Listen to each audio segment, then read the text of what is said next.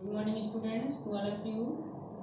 हम लोग बस सिंथेसिस में इन्फिनिटिव पढ़ रहे हैं। सिंपल सेंटेंस के अंतर्गत कि इन्फिनिटिव का प्रयोग करके कैसी बात को हम कंबाइन करते हैं। कल मैंने बताया इन्फिनिटिव क्या होता है, किस तरीके से इसका उपयोग करते हैं और कुछ एग्जाम्पल्स भी कल हुआ था। उसी क्रम में हम लोग आगे आज फिर इसमें एग्जाम्पल्स करते हैं ताकि और कॉन्सेप्ट क्लियर हो। इसमें पहला एग्जाम्पल लेते हैं कि works very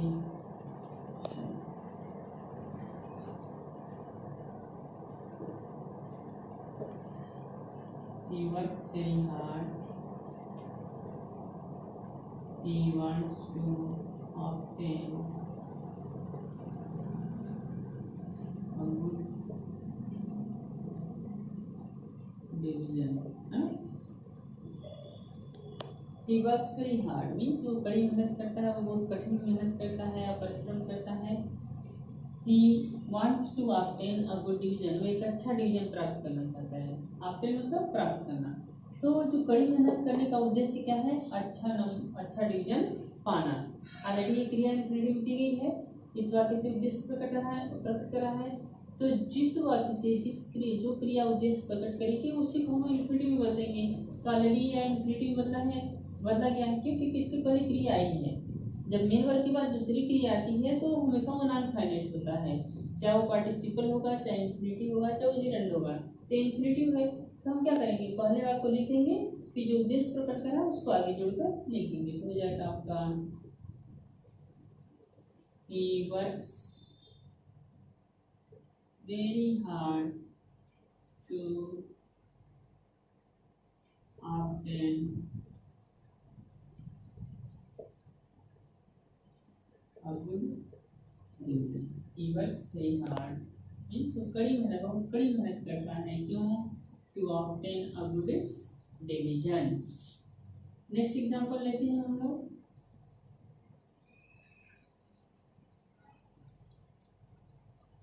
he is very fat,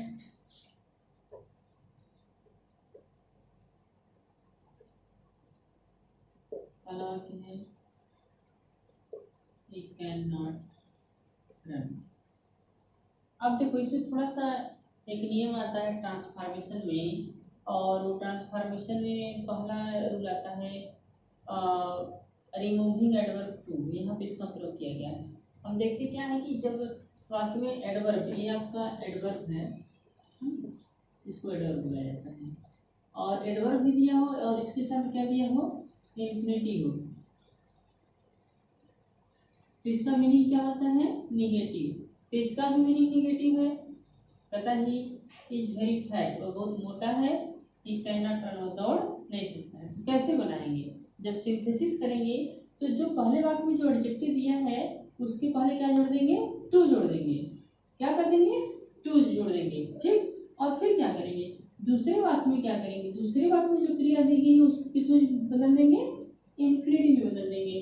तो कैसे हो जाएगा, he is too fat to run, he is too fat to run। इसका मतलब क्या है, ट्रांसफॉर्मेशन जब हम पहला रूल फॉलो करेंगे तो उसमें हम देखते हैं कि जब वाक्य में एडवर्ब और इन्फिनिटिव, एडवर्ब क्या होता है, एडवर्ब जो यहाँ पे एडजेक्टिव दिया रहता है उसके साथ इसका प्रयोग करते हैं, और जब जैसे ही एडवर्ब आएगा वाक्य में तो इसके साथ एडजेक्टिव जरूर होगा। एडजेक्टिव में क्या है, फैट, मोटा होना। तो क्या करेंगे, जब एडवर्ब भी दिया हो और इन्फिनिटिव भी दिया हो तो it always makes a negative sense, meaning उसका हमेशा क्या होता है, नेगेटिव होता है, नकारात्मक अर्थ होता है, नॉट नहीं है, फिर भी इसका मीनिंग क्या है, नेगेटिव। जैसे इसका मीनिंग अगर निकालेंगे तो क्या हो जाएगा, he is too fat to run means वो इतना मोटा है कि दौड़ नहीं सकता। यहाँ बता रहे हैं कि रीजन क्या है, मोटा होना, और उसका रिजल्ट क्या है कि नौ दौड़ना। रीजन और रिजल्ट आ गया यहाँ पे, ठीक है, उद्देश्य नहीं है, रीजन है मोटा होना, उसका रिजल्ट क्या है ना, दौड़ना। तो क्या करेंगे, जब वाक्य से रीजन और रिजल्ट व्यक्त होगा मतलब एक नेगेटिव अर्थ होगा, तो हम पहले वाक्य में क्या करेंगे, हम आई एडजेक्टिव के पहले हम एडवर्ब टू का प्रयोग कर देंगे, और दूसरे वाक्य में जो क्रिया होगी उसको हम इन्फिनिटिव में बदल देंगे। तो हो जाएगा he is too fat to run means वह इतना मोटा है कि दौड़ नहीं सकता है। अब इसी को जब हम ट्रांसफॉर्मेशन कर देते हैं इसको जो नियम आता है, ये जैसे पहला नियम बताया मैंने कि रिमूविंग एडवर्ब है, तो अगर उस नियम को अगर हम फॉलो करेंगे, ट्रांसफॉर्मेशन करेंगे, तो इसका ट्रांसफॉर्मेशन हो जाएगा he is so fat that he can not, this is transform, ये आपका ट्रांसफॉर्मेशन है। ट्रांसफॉर्मेशन होता क्या है? ट्रांसफॉर्मेशन का अर्थ ही होता है to change the shape of the sentence but the meaning of the sentence should not be change. वाक्य के हम आकार में, उसके स्ट्रक्चर में परिवर्तन करेंगे, लेकिन उसके मीनिंग में जब परिवर्तन नहीं करते हैं, उसके अर्थ में कोई परिवर्तन नहीं करते हैं, दैट इज कॉल्ड ट्रांसफॉर्मेशन। यही हो गया। तो कैसे बनाता है ट्रांसफॉर्मेशन का? इस एडवर्ब टू की जगह हम सो लगा देंगे, फिर एडजेक्टिव रख देंगे, फिर कंजंक्शन दैट का प्रयोग करके पहले वाक्य में जो सब्जेक्ट होगा फिर उसको वहां पे लाएंगे, और फिर देखेंगे कि अगर वाक्य प्रेजेंट टेंस में है तो कैन नॉट होगा, अगर वो पास्ट टेंस में है तो कुड नॉट हो जाएगा। ठीक है, फिर उसके बाद जो क्रिया होगी उस क्रिया को आगे जोड़कर हम लिख देंगे। ये आपका इसका ट्रांसफॉर्मेशन है। तो यहाँ पे समझना है, जब ये एडजेक्टिव दिया रहेगा, दूसरा वाक्य नेगेटिव होगा, तो हम क्या करेंगे, एडजेक्टिव के पहले हम टू लगा देंगे, एडवर्ब लगा देंगे, और दूसरी क्रिया के इन्फिनेटिव में बदल देंगे, तो हो जाएगा he is to had to run. ठीक, next sentence, give him a chair.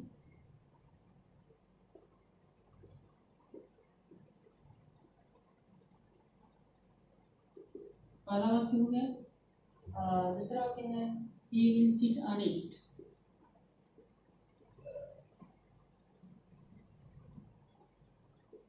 है ना, इस तरीके से गिव हिम अ चेयर, उसे कुर्सी दो, क्या करेगा, he will sit on it, वो इस पर बैठेगा। तो कुर्सी का उद्देश्य क्या है, बैठना। कुर्सी देने का उद्देश्य क्या है, बैठना। ठीक है, तो क्या हो जाएगा, give him a chair to sit, to sit. हाँ, इसको इनफिनिटिव बदल देंगे, हो जाएगा give him a chair to sit, बैठने के लिए उसे एक कुर्सी दो। अब सवाल उठ सकता है कि इट का प्रयोग किसके लिए है, चेयर के लिए आया है। जब एक ही बार रखेंगे तब उसको हम इट का प्रोनाउन का प्रयोग उसके लिए नहीं करेंगे, केवल इसी से काम हो जाएगा। क्या दो, कुर्सी। क्यों दो, बैठने के लिए। ये क्या है, ये आपका जो वाक्य है ये आपका इंपरेटिव सेंटेंस है। ठीक है, तो जब इंपरेटिव सेंटेंस होगा तो इसको हम पहले फॉलो करेंगे, उसको पहले रख देंगे, फिर क्या करेंगे, उद्देश्य क्या है कुर्सी का, बैठना, बैठने के लिए। मीनिंग क्या है यहाँ पे, कहता है ना गिव हिम अ चेयर, उसे कुर्सी दो, he will sit on it, तो उस पर बैठेगा, जाएगा give him a chair to sit, बैठने के लिए उसे कुर्सी दो। ओके, नेक्स्ट एग्जांपल,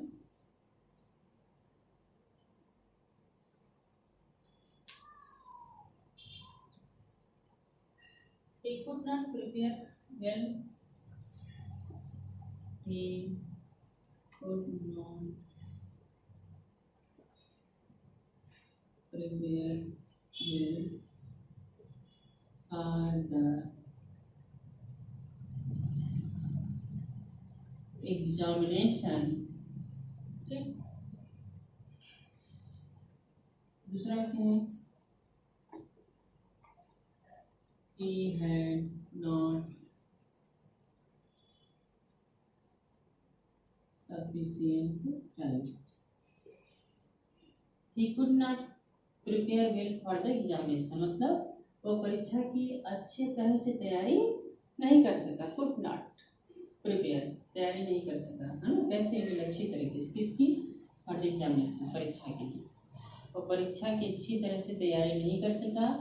फिर दूसरा वाक्य है he had not sufficient time, उसके पास पर्याप्त समय नहीं था। ठीक, तो समय का उद्देश्य क्या था, पर्याप्त समय का तैयारी करना, ये उद्देश्य प्रकट करना है। समय का उद्देश्य क्या था, अच्छी तरह से तैयारी करना। तो हम क्या करेंगे, इस जो उद्देश्य प्रकट करेगा उसी क्रिया का विवरण बदलेंगे, और उस वाक्य को हम दूसरे वाक्य में आगे जोड़कर लिख देंगे। इस वाक्य को पहले हम लेंगे तो हो जाएगा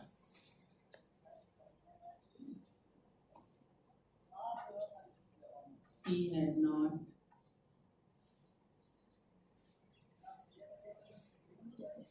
sufficient time। अब यहाँ से ये तैयारी करना है, इसी को इनफिनिटिव बदल देंगे, to prepare well for the examination, है ना? He had not sufficient time to prepare well for the examination. Okay? Next example इसमें है I went to my aunt's house. I wanted to see my ailing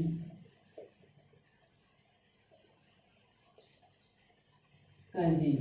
COUSIN. ठीक, इस तरीके से।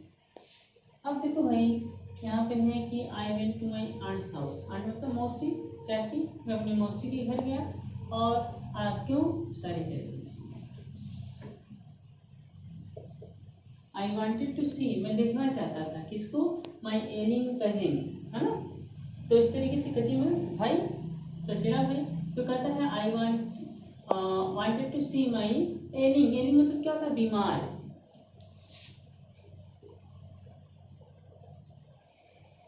बीमार, ठीक है। तो जाने का उद्देश्य क्या था, टू सी माई एलिंग कजिन। तो लिखेंगे यहाँ पे हो जाएगा आपका I went to my ants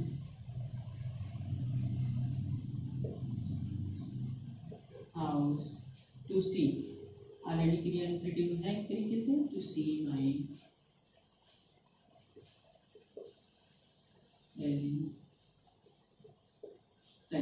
मैं अपने बीमार भाई को देखने के लिए अपनी मौसी के घर गया। Next example,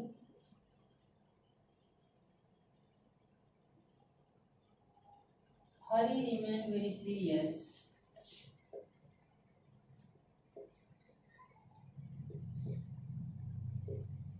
Very serious in his studies, right? In his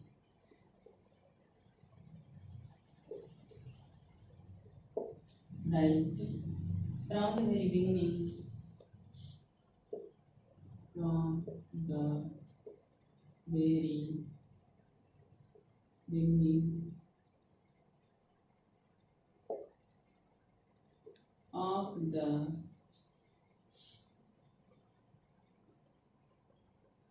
session.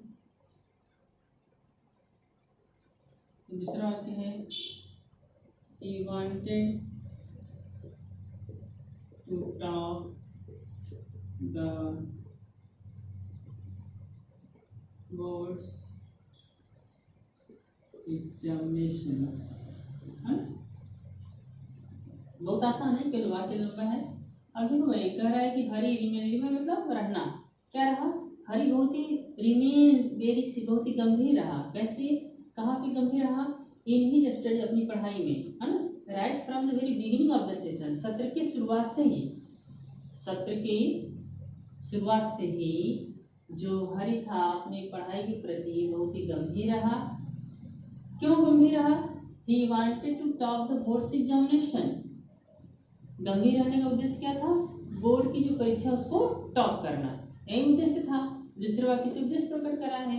अपना नियम लिखा है, या तो रीजन और रिजल्ट का संबंध होगा, या दिए गए कारण को एक उद्देश्य या किसी फल को प्रकट करेगा। तो यहाँ पे देखने की उद्देश्य है, उद्देश्य क्या है, टॉप करना, द बोर्ड्स एग्जामिनेशन, बोर्ड की परीक्षा। तो पहले वाक्य को लिख देंगे और दूसरे वाक्य में यहाँ से क्रिया ऑलरेडी इंफिनिटिव दी गई है, उसको आगे जोड़कर हम लिख देंगे। तो हो जाएगा आपका हरी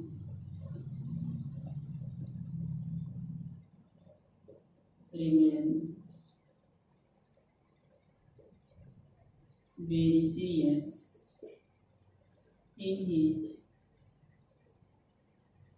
studies right from the very beginning of the session। हो गया यहाँ तक, यहाँ से उद्देश्य प्रकट करा, उसको आगे लिख दो। तो टॉप द बोर्ड्स एग्जामिनेशन। ठीक, Hari remain very serious, Hari बहुत गंभीर रहा इन हिज स्टडीज, अपनी पढ़ाई में, right from the very beginning of the session, सत्र की शुरुआत से। क्यों रहा? To top the boards examination, board की परीक्षा टॉप करने के लिए। Nita is very poor,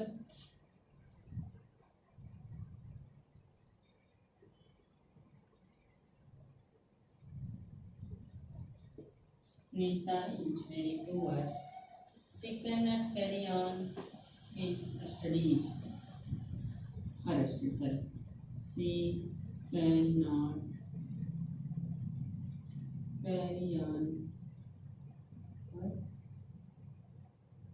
studies. Nita is very poor. Nita बहुत गरीब है. She cannot carry on her studies means वो अपनी पढ़ाई को जारी नहीं रख सकती है। तो अब हम क्या देख रहे हैं? रीजन है गरीब होना और रिजल्ट क्या है कि पढ़ाई का जारी न रहना, है ना। तो क्या होगा?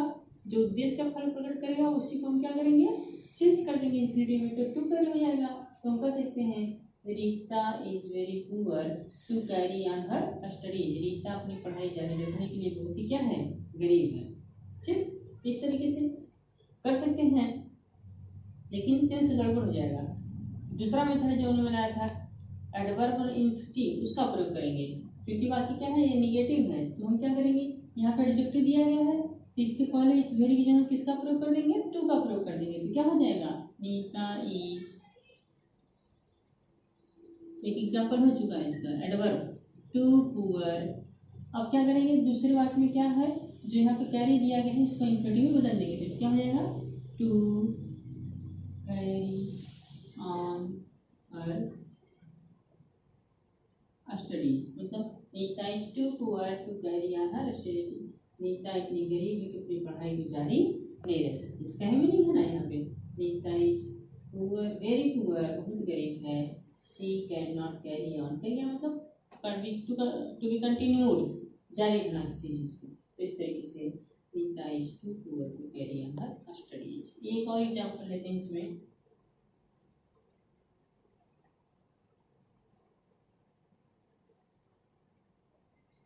He wanted to educate his son.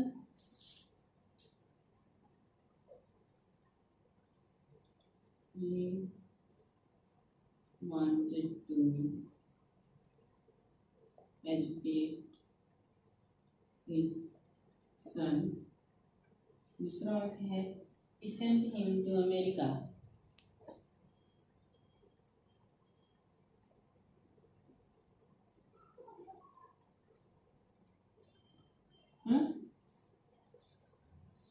He wanted to educate his son. वो अपने लड़के को पढ़ाना चाहता था, शिक्षित करना चाहता था। तो उसने क्या किया? He sent him to America. उसको उसने कहाँ भेज दिया? अमेरिका भेज दिया। तो अमेरिका भेजने का उद्देश्य क्या था? पढ़ाना, लिखाना, शिक्षित करना। तो यहाँ पे क्या करेंगे? इस बात को हम पहले रखेंगे तो जाएगा he sent his son, इसको यहाँ पे ऑब्जेक्ट बना देंगे। हाँ, टू अमेरिका ऐसे कर देंगे। He sent his son, कहाँ भेज दिया? लिख देंगे अमेरिका। To be educated,